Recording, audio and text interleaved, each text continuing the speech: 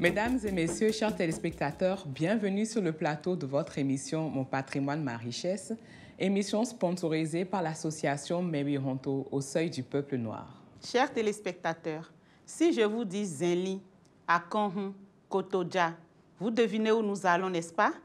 Nous allons explorer le plateau d'Abomey dans le département du Zou. Abomey fut la capitale du royaume du Dahomey dès le début du XVIIe siècle sous le règne du roi Rwegbaja, jusqu'à la pénétration coloniale française à la fin du XIXe siècle.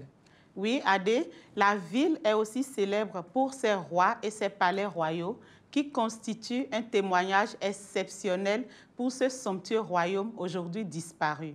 D'ailleurs, dès 1985, les palais royaux d'Abomey sont inscrits au patrimoine mondial de l'UNESCO. Abomey fut l'un des royaumes à avoir le plus farouchement lutté contre l'expansion coloniale française, mais elle fut vaincue en 1892 par le général Dodds sous le règne du roi Gberanzi. Cependant, la ville conserve encore un patrimoine culturel très vivant, comme les palais royaux dont nous venons de parler, mais aussi des objets et autres statuettes dédiées au culte du vaudou. Il existe donc un patrimoine immatériel tel que les chants, les danses, les panégyriques. Nous allons d'ailleurs apprécier des chants et des danses cérémonielles royales d'Abomey. Ensuite, le professeur Bienvenu Kudjo, l'invité de cette émission, entrera dans la danse pour nous en dire un peu plus sur le patrimoine oral du peuple fon d'Abomey. Et pour finir cette émission, au cours de votre rubrique Curiosité culturelle, nous vous présenterons un livre qui va parler de la diversité féminine au Bénin. Sans plus tarder, regardons cet élément sur les danses cérémonielles et royales d'Abomey.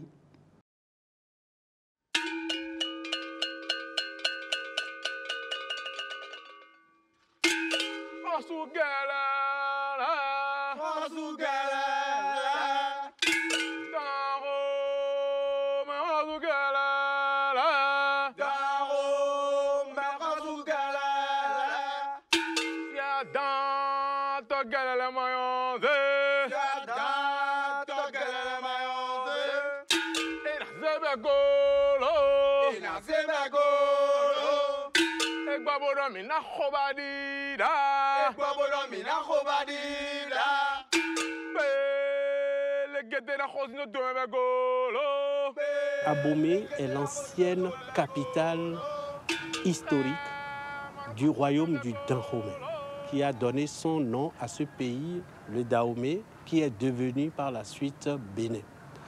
Alors, ce qui est intéressant à Abomey, c'est justement ce caractère qui consiste à prendre dans tous les autres royaumes ce qu'ils ont de meilleur sur le plan artistique et de les amener à Abomey et de les promouvoir dans la capitale historique d'Abomey. Et c'est pour cela que, en tenant le vivier que constitue Abomey, nous tenons une grande partie des expressions artistiques de tout le sud Bénin.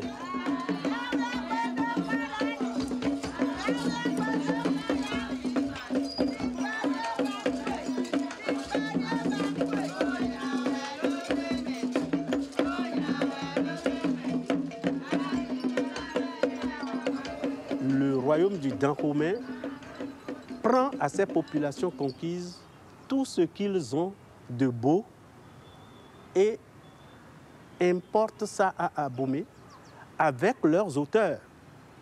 Lorsque vous avez une danse comme le Agbaja, qui est une très belle danse, si le roi du Dahomey, par exemple, arrive à conquérir une contrée où le Agbaja est exécuté, ben, on transporte à Abomey tous les acteurs de Agbaja, les ténors de Agbaja reçoivent en mariage les propres filles du roi pour produire des gens qui vont s'approprier le Agbaja. Et c'est ainsi que beaucoup de danses de différentes contrées conquises par les rois du Dahomey sont désormais des danses exécutées à Abomey.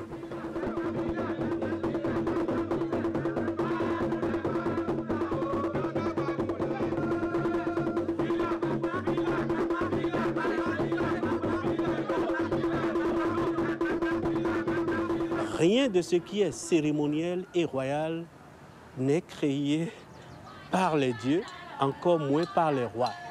Mais c'est toujours les peuples qui créent ces danses et ensuite les offrent aux dieux dans un premier temps.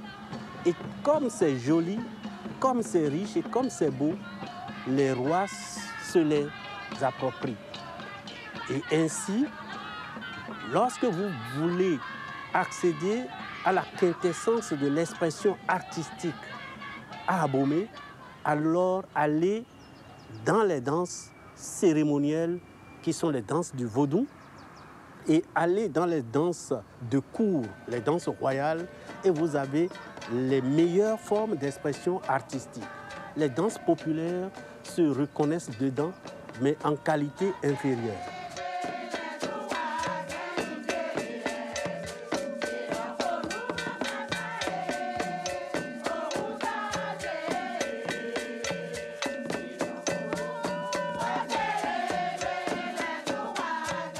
Des initiés vaudous qui sont tapis dans les enclos vaudous qui sont inaccessibles aux profanes, mais c'est eux qui créent ces danses et ils profitent de l'internement des adeptes vaudous pour leur enseigner ce qu'ils ont produit, expérimenter leur production et ensuite seulement sortir cela de façon solennelle pour le public lors des manifestations vaudou. On n'a pas droit à l'erreur en présence du roi, ce qui montre tout le sérieux que les artistes mettaient dans l'exécution de ces danses.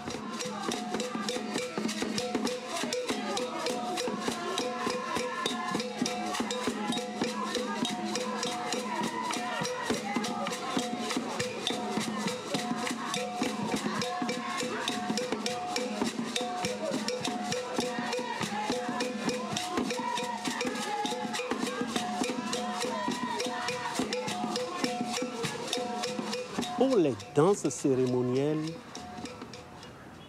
c'est des chants qui sont plus ou moins focalisés sur des thèmes bien précis, relatant des hauts faits de l'ancêtre mythique qui a créé le vaudou, qui est le vaudou en quelque sorte.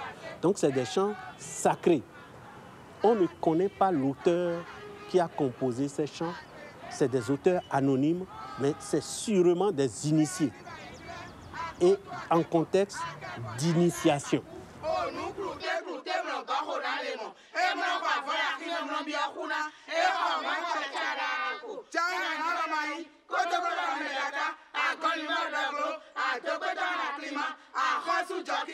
Les initiés sont recrutés dans toutes les couches de la société.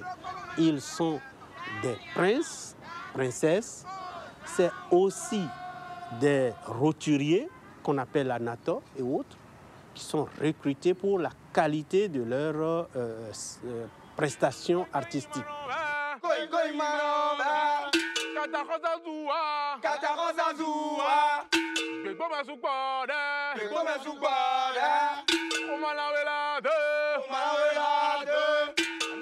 Dans le système aboméen, le griot qu'on appelle Kpanlingan est maintenu dans le rôle des panégyriques du roi. C'est-à-dire, le roi, tout au long de son règne, prend des noms successifs. Vous voyez, il prend des noms, chaque fois qu'il pose un acte, il appelle le griot, le Kpanlingan, et il dit « mets ça dans mes panégyriques ». Et le griot inscrit ses noms dans son panégyrique.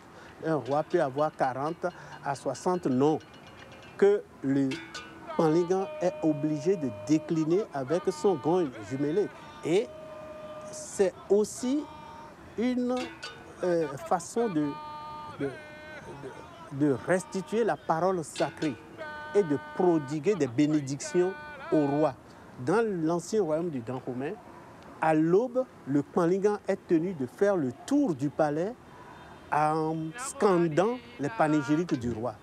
Le soir aussi, à la manière des vêpres, dans les sociétés occidentales, il est tenu aussi de refaire le même parcours en scandant les mêmes panégyriques du roi, cela pour proférer des bénédictions au roi. Mais c'est en même temps aussi pour chasser les mauvais esprits par la toute-puissance de la parole. Donc le roi, tu es tel roi, le roi le plus fort, celui qui a triomphé de tel roi, celui qui a apporté tel bonheur aux Dahomey. Grâce à toi, l'eau coule, le père des richesses, etc., etc.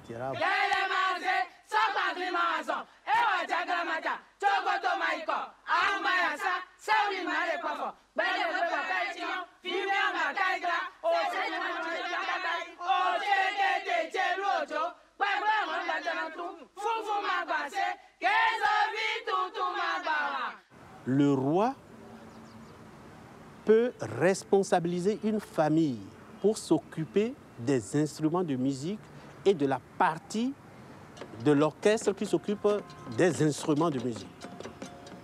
Donc, cette responsabilité est transmise de père en fils selon la volonté du roi. Donc, c'est cela. Mais les danseurs et danseuses, pour les danses de cour, c'est toujours des princes liés au roi qui dansent les danses royales. Un prince d'une autre cour d'Abomey ne peut pas venir danser une danse de cour spécialisée. Par exemple, le gokwe, c'est la danse de cour du roi Agoli-Agbo, créée par le roi Agoli-Agbo lors des cérémonies qu'il a organisées pour son père Glélé. Seuls les Agoli-Agbo et les alliés à la famille Agoli-Agbo sont autorisés à danser le gokwe. Et ils en ont le droit d'auteur, en quelque sorte. Et personne ne peut jouer le gokwe en dehors d'eux. Et personne ne peut même inviter le gokwe en dehors du roi Agoli-Agbo. Et si le gokwe doit être joué quelque part, le roi Agoli-Agbo doit être lui-même, Sa Majesté doit être assis pour que le spectacle puisse avoir lieu. Quant aux danses cérémonielles, c'est uniquement les initiés qui s'adonnent à ces danses. Et pendant que les initiés s'adonnent à ces danses pour le large public, ces initiés sont possédés par le vaudou. Donc, ils sont inaccessibles. Et c'est pour cela que le caractère sacré confère à leur danse une certaine magnanimité, une certaine magnificence en quelque sorte, et qui éloigne les publics profanes, qui peut consommer cette danse, mais ne peut pas s'en approcher pour la souiller.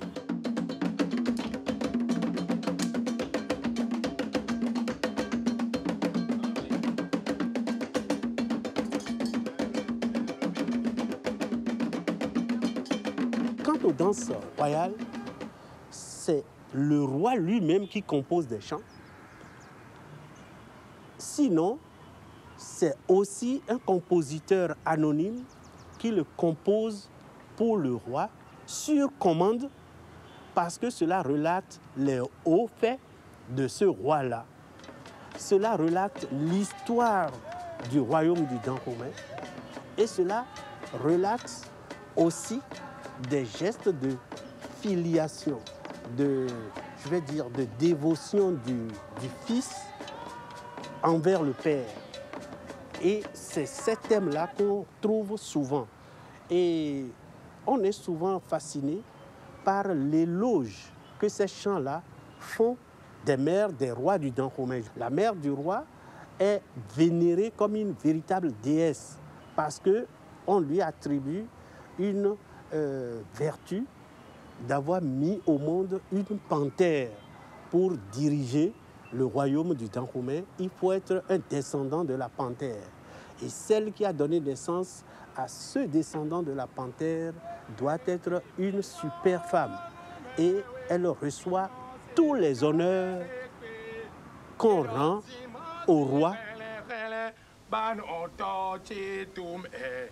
Dada kelele tonyon, asikpe, eye jifiyon nou mewe, pinon se gan ekwe. Ozi mazi rebe, banon toji teme, dada kelele tonyon, asikpe, dada kelele wedo, cholo natawele. Le répertoire d'instruments de musique n'est pas très varié d'un genre musical à un autre. Nous avons des tambours, c'est-à-dire des tambours de peau, n'est-ce pas?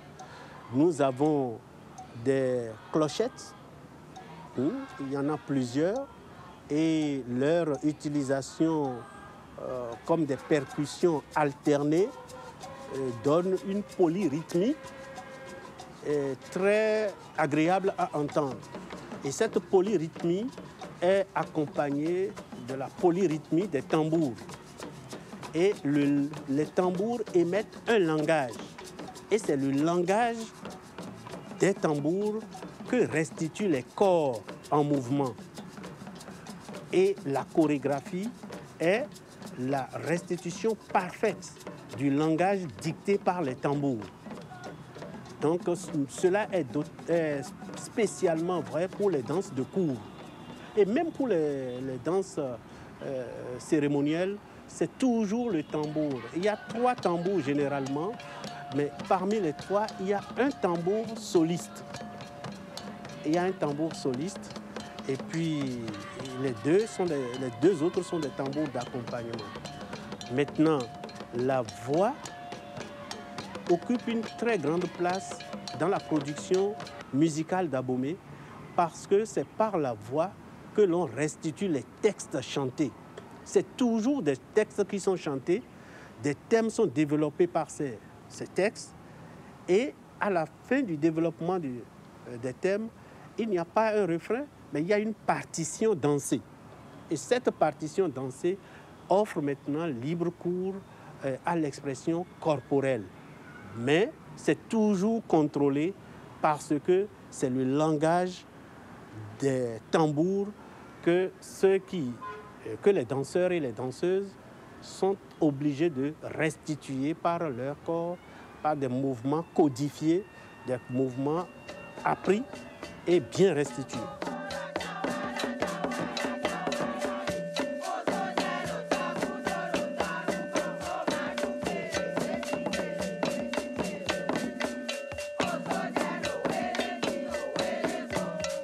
Il y a une belle jouissance. Vous verrez jamais les danseurs transpirer et froncer la mine. Ils rigolent beaucoup. Ils sont très contents parce que c'est une plage qui est offerte aux danseurs pour s'exprimer et s'extérioriser. À partir de ce moment, c'est aussi une thérapie. La danse est une thérapie de groupe et une thérapie individuelle. Quand vous avez perdu un être cher, le rituel d'enterrement vous fait obligation de danser. Donc c'est une thérapie. C'est pour vous guérir de votre tristesse et de vos angoisses. Je pense que la danse, ce n'est pas seulement pour l'histoire. La danse, c'est aussi pour la jouissance physique du danseur. Et au-delà du danseur, des spectateurs.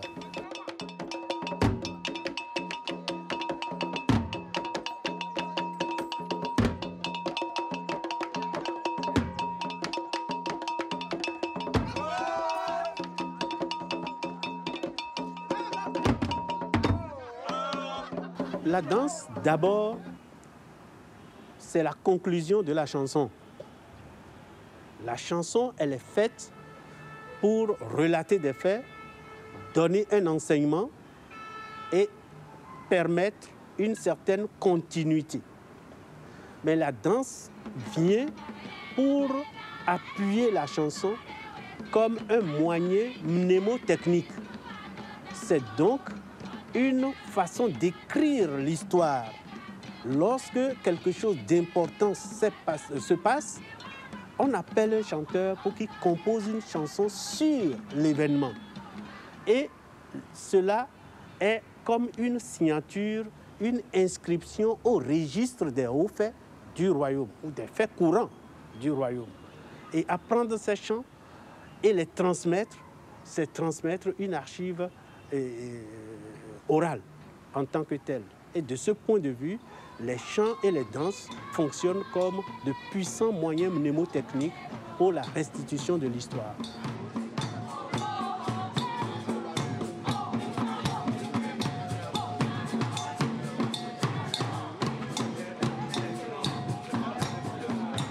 Lorsque vous allez observer les danses royales, vous voyez qu'il y a toujours plus de femmes que d'hommes. Et leur danse gracieuse est plus appréciée par les souverains. Je veux parler des danses de cour, n'est-ce pas? Mais en même temps, les femmes ayant le rôle de l'éducation première des enfants, elles s'attachent beaucoup à ces chants et à ces danses pour transmettre l'histoire du royaume et enseigner, éduquer l'enfant au savoir-être dahoméen par les chants et les danses. C'est les chants et les danses qui enseignent aux dahoméens à être des sujets du roi et en même temps de bons sujets du roi.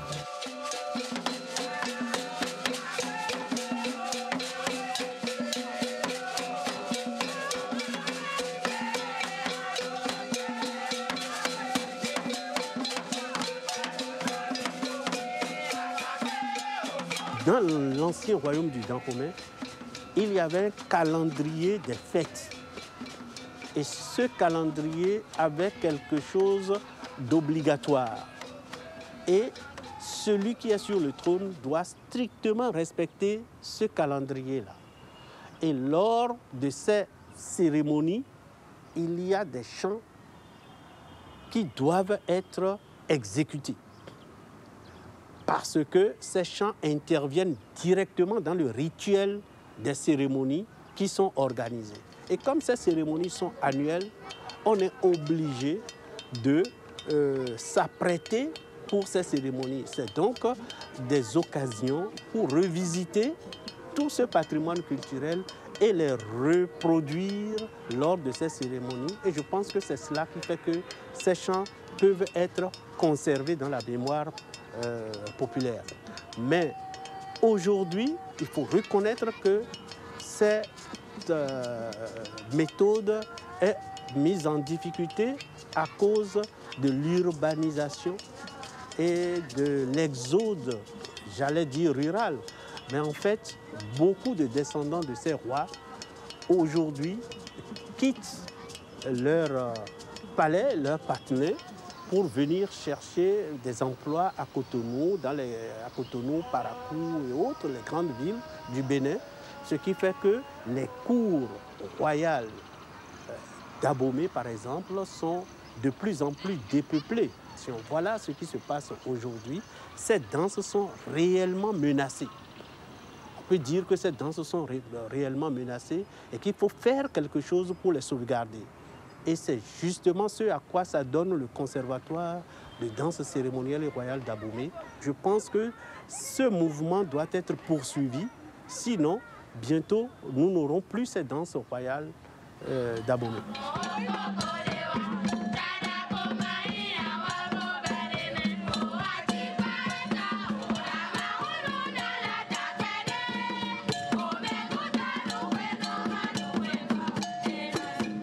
Chers téléspectateurs, nous sommes de retour sur ce plateau pour recevoir avec un énorme plaisir, mais aussi avec tous les honneurs dus à son rang, le professeur Bienvenu Kudjo. Bonjour, professeur. Bonjour. Bonjour, professeur. Bonjour. Pouvez-vous vous présenter à nos téléspectateurs? Eh bien, je m'appelle Bienvenu Kudjo.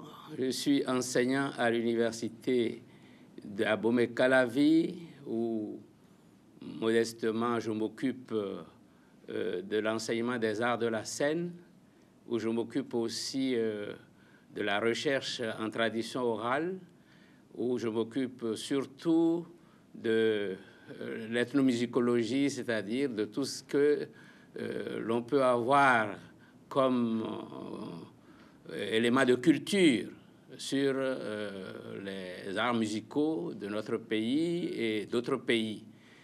Et c'est à ce titre que je m'occupe aussi de la direction artistique du Conservatoire des danses royales et cérémonielles d'Abomey, mise en place par le professeur Akoha. En même temps, bon, modestement, je contribue à l'encadrement des artistes que l'on forme à l'École internationale de théâtre du Bénin, fondée par Aloubine Dine. Donc, vous voyez que, bon, j'essaye, disons, donc, de nager dans toutes ces spécialités-là.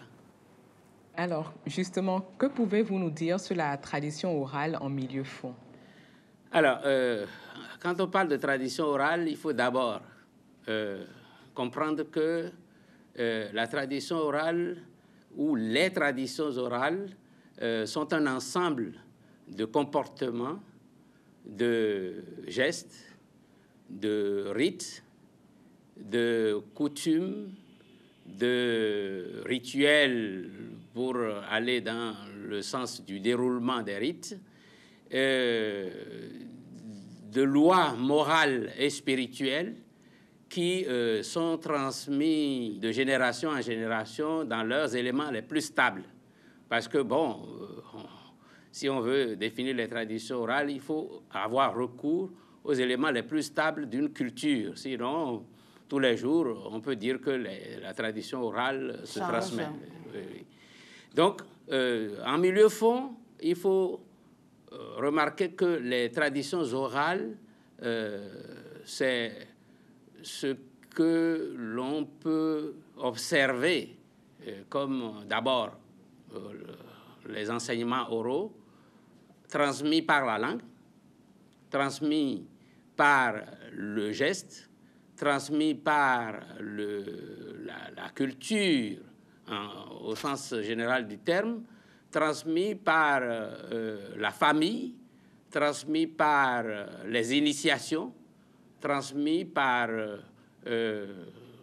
l'observation de la vie courante. Parce que dans les traditions orales, il n'y a pas que ce que l'on transmet par la parole, il y a toutes les sciences que l'on a accumulées comme la pharmacopée, comme les arts vivants, comme les arts picturaux, même la bijouterie, tout ce que l'on... les tentures, tout ça là, ça fait partie des traditions orales.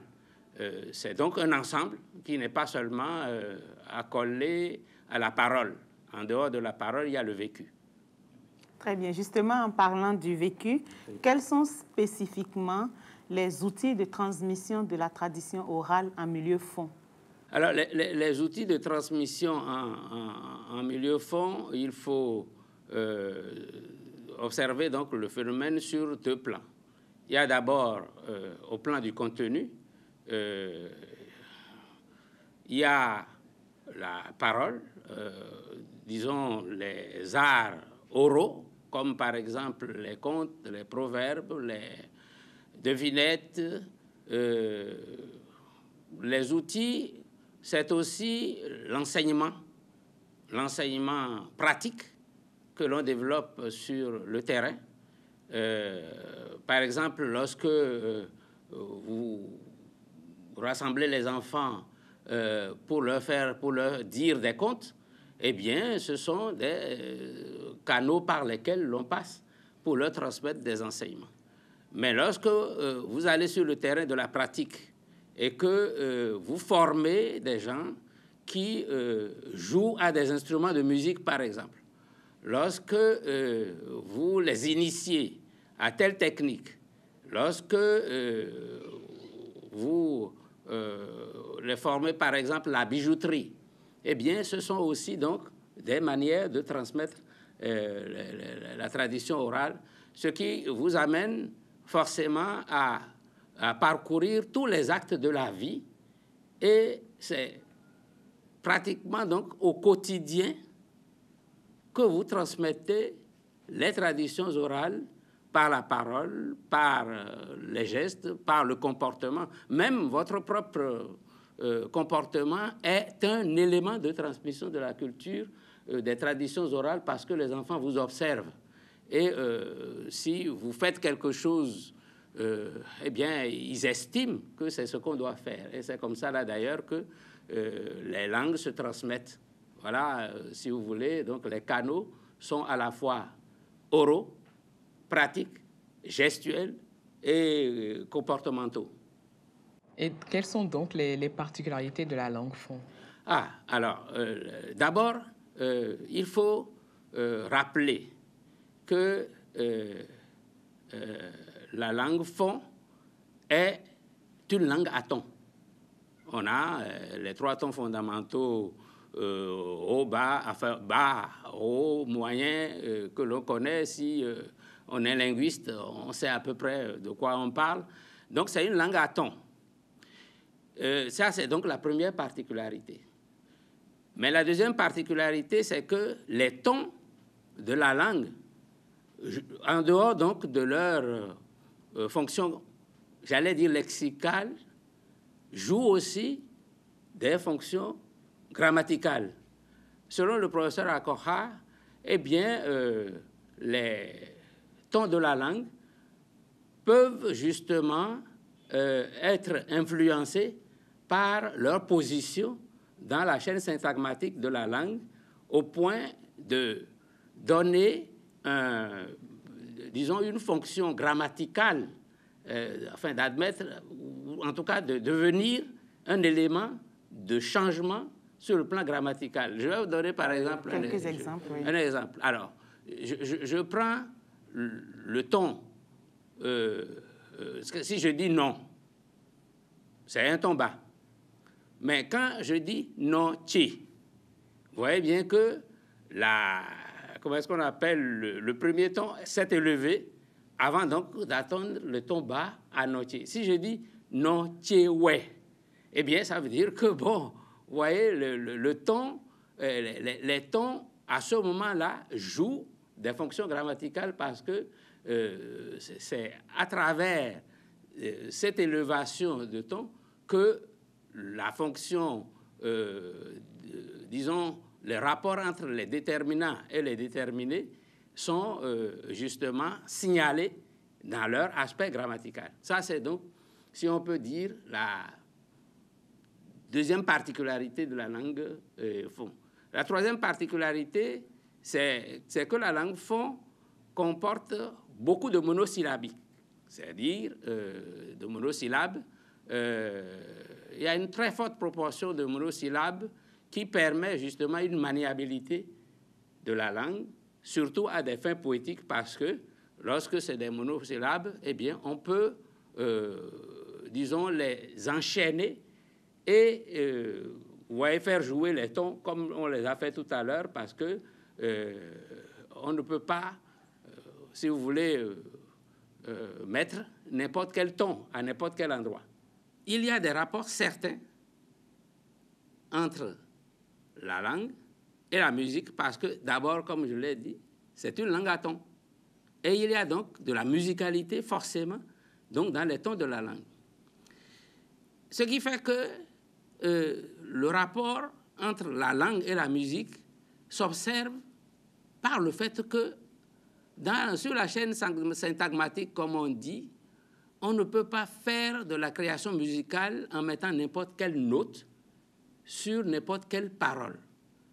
Vous ne pouvez pas, disons, au risque de ne pas être compris, vous ne pouvez pas mettre n'importe quelle note musicale sur n'importe quelle, disons, parole, partie. C'est une question de recherche esthétique, c'est ça? C'est même, si vous voulez, la communication elle-même ne passerait pas si, par exemple, je ne sais pas si...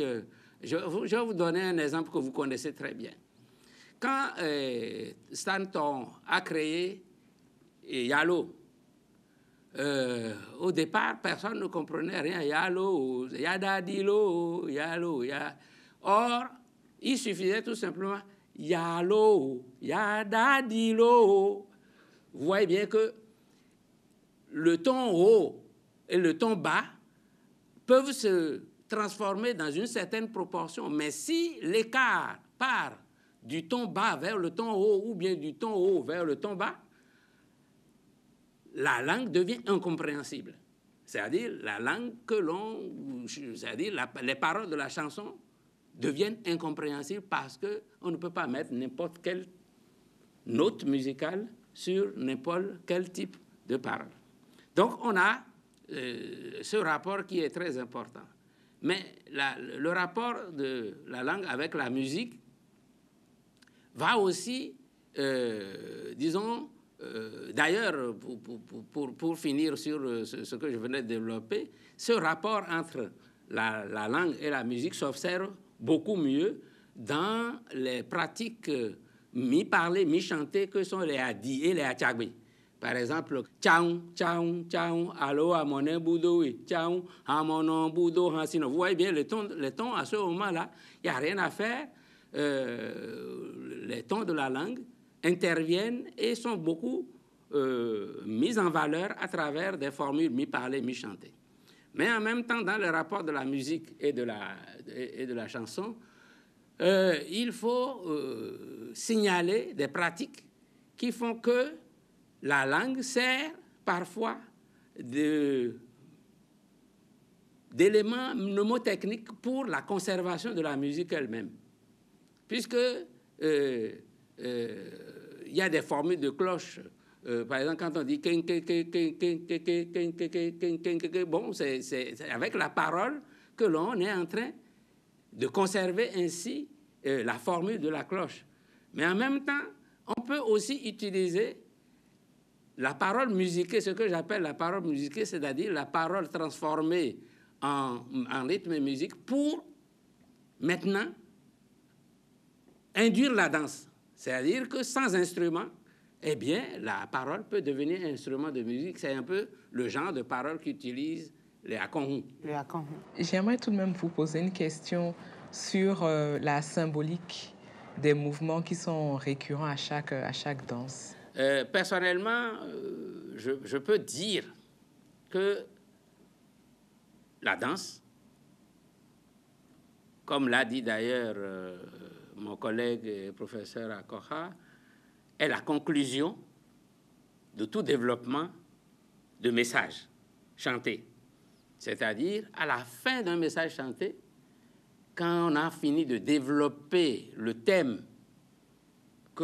par lequel on veut éduquer la population, eh bien, c'est par la danse que l'on conclut. Même la danse, parfois, intervient à l'intérieur de ce développement à travers les Adi et les Achagwe pour induire le mouvement de la danse. Donc, quel symbole on peut attacher, par exemple, sur le plan général à la danse? Je me dis une chose, c'est que quand vous prenez la danse comme la conclusion justement donc du message chanté, c'est le corps qui prend la relève de la voix pour traduire le message que l'on a développé à travers la chanson. Mais en même temps, le corps prend disons, célèbre une sorte de communion avec la nature en se déployant à la fois sur le sol, martèlement du sol, enracinement sur la terre-mère, en s'élevant dans l'air que nous respirons qui est la vie, et c'est cet élément air qui nous maintient debout. Et la danse, à ce moment-là, apparaît comme une tentative de s'arracher à la pesanteur de la terre pour s'élever vers les hauteurs célestes auxquelles nous aspirons à tout moment. Et du coup, c'est en dehors donc de cet enracinement sur la terre-mère et de cet envol vers le ciel, il y a le déploiement dans l'espace, c'est-à-dire le mouvement d'expansion et d'occupation de l'espace qui traduit justement la vie, parce que de toute façon, Si on ne bouge pas, eh bien, on ne vit pas. Ce sont ces trois dimensions qui sont les dimensions fondamentales de l'expression de la danse. Et c'est dans ces trois dimensions que l'on inscrit le message du corps en réponse au message du tambour qui, lui, indique ce que le corps, lui, doit faire. Et l'élément rythmique intervient à ce moment-là pour donner à l'expression chorégraphique l'aspect complet de cette communion de l'homme avec la nature, parce que même ce que dans plusieurs peuples l'on a constaté, c'est que l'expression musicale a emprunté son essence au bruit de la nature. Et même sur le plan de la sonorité et sur le plan du rythme, c'est la reproduction de ce que la nature met à notre disposition que l'on fait donc dans la musique. Et justement, le corps, lui, va prendre les éléments de la vie quotidienne pour se remettre justement donc dans cette communion avec la nature. Donc, vous allez voir les gestes donc du pied peuvent représenter donc, j'ai dit l'enracinement, mais en même temps des mouvements ou plutôt des gestes quotidiens comme l'ensemencement. Les ondulations du corps vont traduire cette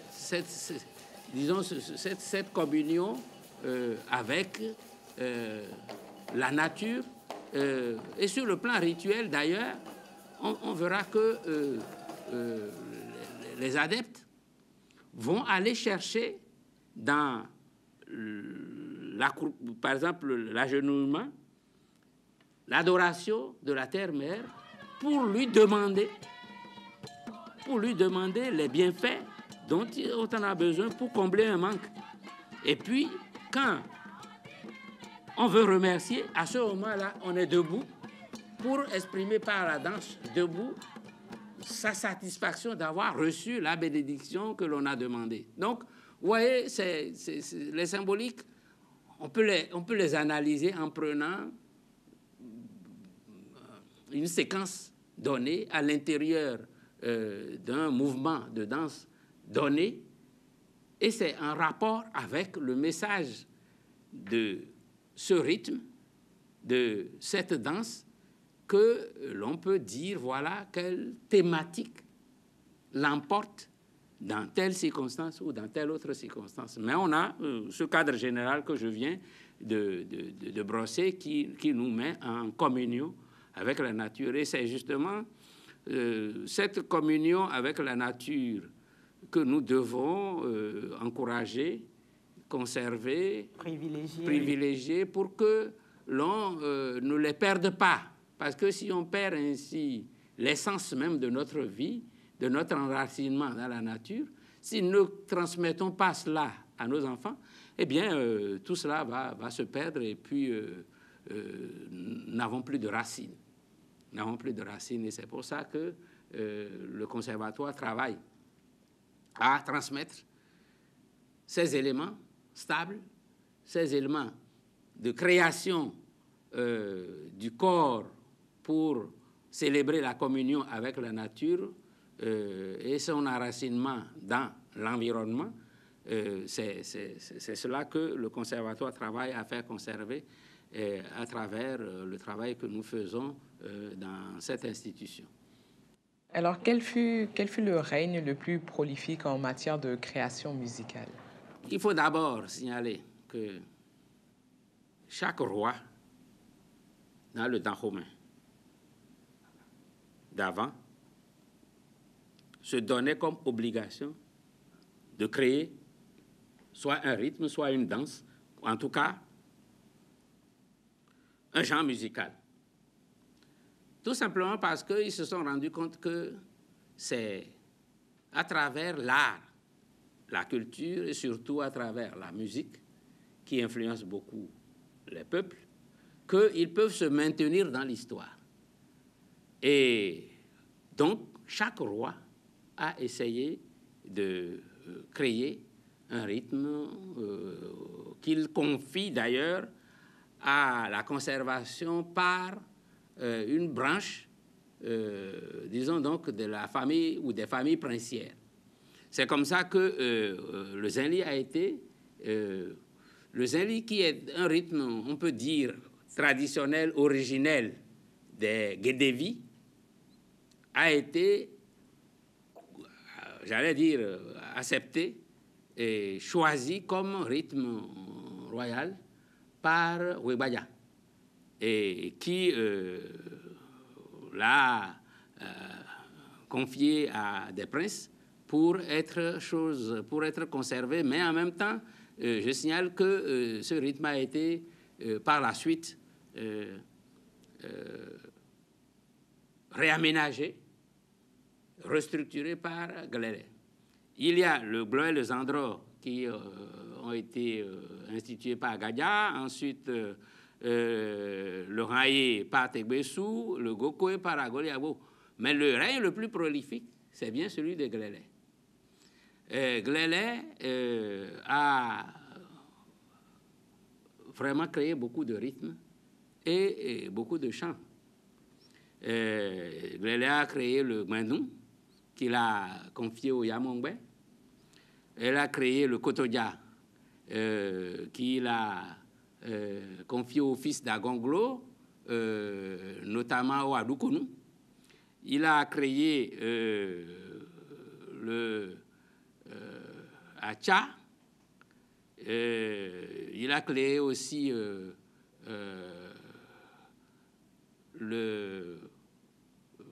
qu'est-ce que j'oublie comme danse. Il a créé beaucoup de rythmes, beaucoup de danses. Et en matière de chansons, il a vraiment créé beaucoup de chansons.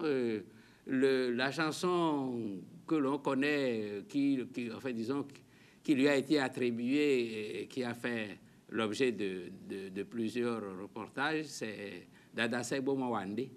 Dada Sebo Mawandi,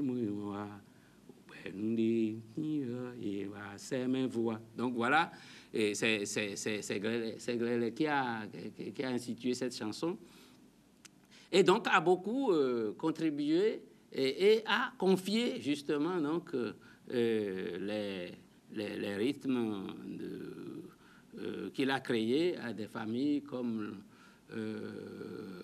les Agwedinoukou Asinwe, donc beaucoup de rythmes.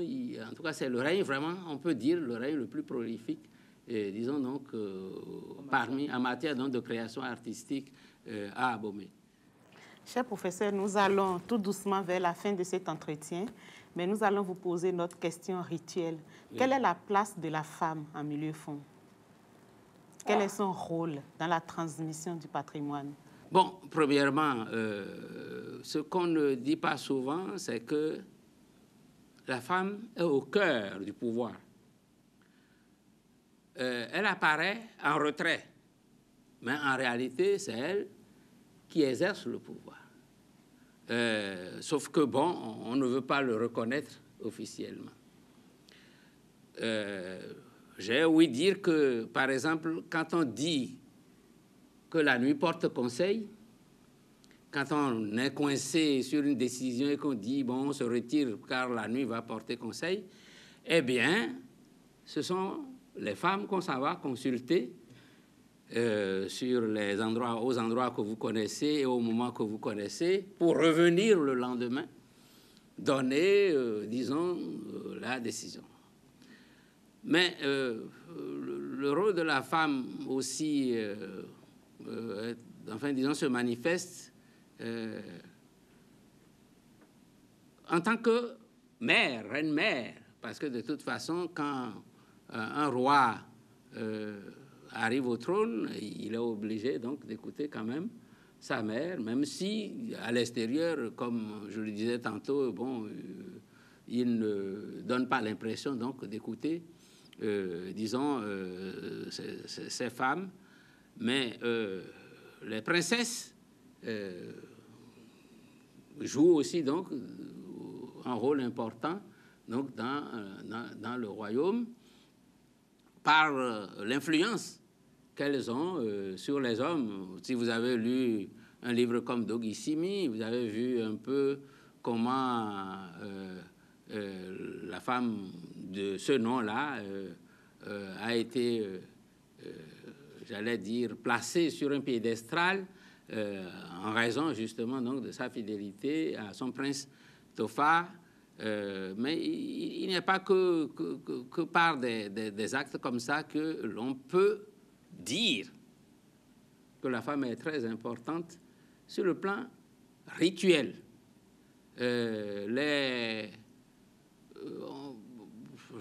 Même dans les sociétés secrètes, les détenteurs, les détentrices, disons donc des pouvoirs des sociétés secrètes, ce sont les femmes.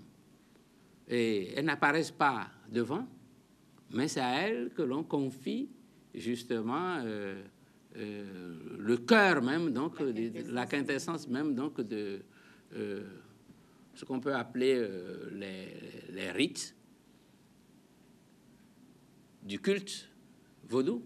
Et c'est pour ça d'ailleurs que quand on veut signaler que le vaudou a pris possession de quelqu'un, eh bien, asseyons-nous. On voit sous BD. Donc, tu vois, donc, et même un adepte mâle qui est possédé par la divinité devient un Houssi. Ce n'est pas un Houssou. Donc, c'est vous dire que à travers un certain nombre de manifestations bien discrètes, la femme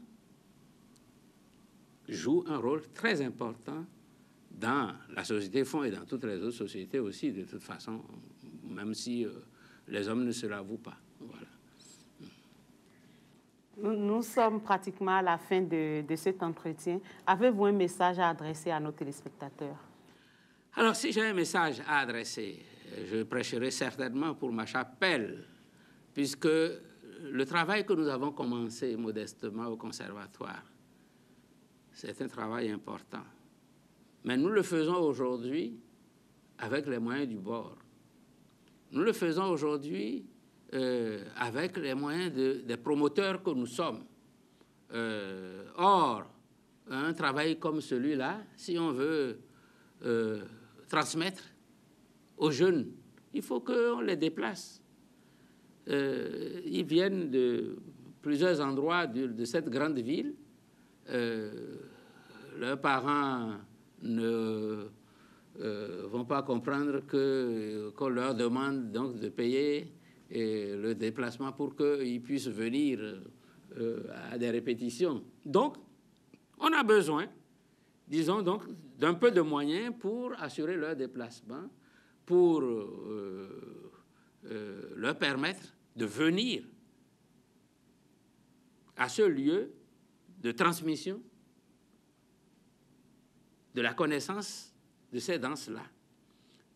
Mais nous avons mis en place aussi une troupe permanente à l'intérieur donc, du conservatoire pour partager et, j'allais dire, répandre cette connaissance à l'extérieur, à travers la participation à des festivals et autres choses. Eh bien, si on n'a pas les moyens, on ne peut pas s'y rendre.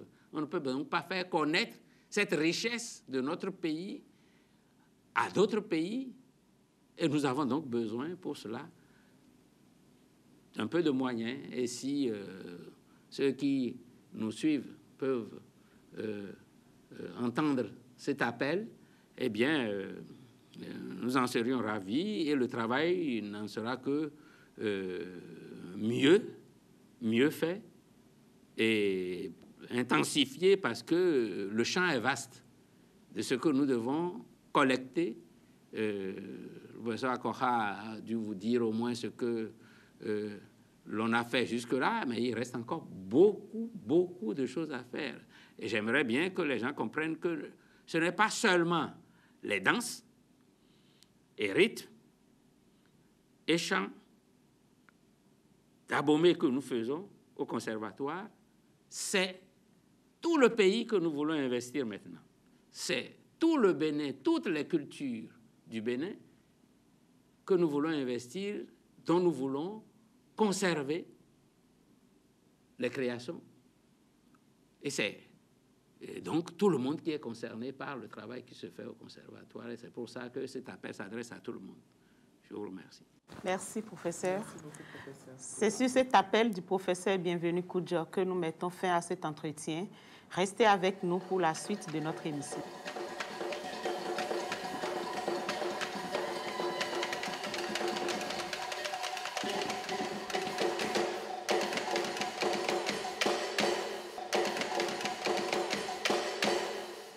Chers téléspectateurs, nous sommes donc de retour sur ce plateau pour aborder la dernière rubrique de notre émission. Adé, que nous présentes-tu aujourd'hui? Alors aujourd'hui, j'ai choisi de vous présenter un livre intitulé « Nous, les femmes du Bénin ». C'est quand même un titre assez évocateur. Alors c'est un projet qui a été initié par le professeur Léon Biobigou avec Madame Elisabeth Fourne. Et ils ont décidé de parcourir le Bénin dans sa totalité. Et ils ont été accompagnés par une photographe, Viviane Froger. Et le but étant en fait de répertorier toutes les femmes au Bénin, qu'ils ont classées en 8 groupes et en 57 ethnies. Et c'était un livre pour montrer l'engagement social des femmes, mais aussi pour montrer les femmes dans leur intimité propre. Que retient-on de ce document? Alors déjà, on retient de magnifiques photos. Les photos sont vraiment très belles. Et ensuite, on retient l'importance que joue la femme pour le développement du pays, le Bénin, mais aussi l'importance que joue la femme au sein de son environnement social, au sein de sa famille, au sein de sa commune. Et on retient aussi le fait que la femme est quand même un élément important pour la croissance économique du pays. Donc on rentre complètement dans l'intimité de la femme béninoise. Tout à fait, on rentre complètement dans l'intimité de la femme béninoise. Les clichés, les portraits montrent la femme en tant qu'individu, mais aussi en tant qu'élément, en tant qu'outil qui va aider ses consoeurs à s'approprier leur place et leur rôle au sein de leur communauté. C'est un hommage à l'engagement social de la femme béninoise. Je dirais même plus, c'est une ode à la femme béninoise. Chers téléspectateurs, nous vous signalons que tous les livres que nous présentons dans cette émission peuvent être consultés dans la bibliothèque de l'association Mewironto. Vous pouvez alors nous contacter aux adresses au numéro suivant, le 62 06 70 69, 62 06 70 69 ou au 21 31 81 33, 21 31 81 33. Sinon, vous pouvez visiter le site internet de l'association www.peuplenoir.org, peuple et noir au pluriel, ou alors notre page Facebook, Facebook/Mewironto. Et surtout, n'oubliez pas que si vous êtes désireux de nous faire partager un patrimoine, vous pouvez aussi nous contacter à ces adresses et numéros de téléphone. Chers téléspectateurs, ainsi s'achève le numéro de ce jour. À très bientôt. Au revoir et merci beaucoup.